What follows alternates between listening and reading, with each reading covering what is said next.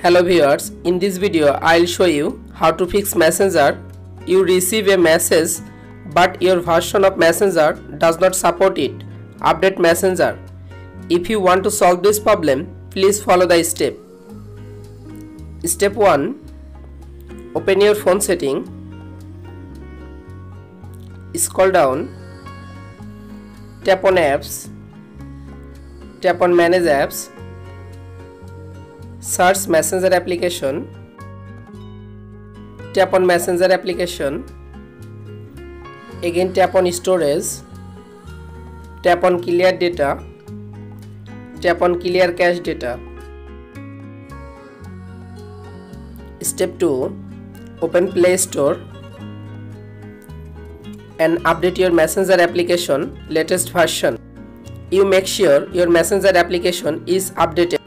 Your Messenger application is not updated, then update your Messenger application. You can follow the step to fix Messenger. You receive a message but your version of Messenger does not support it.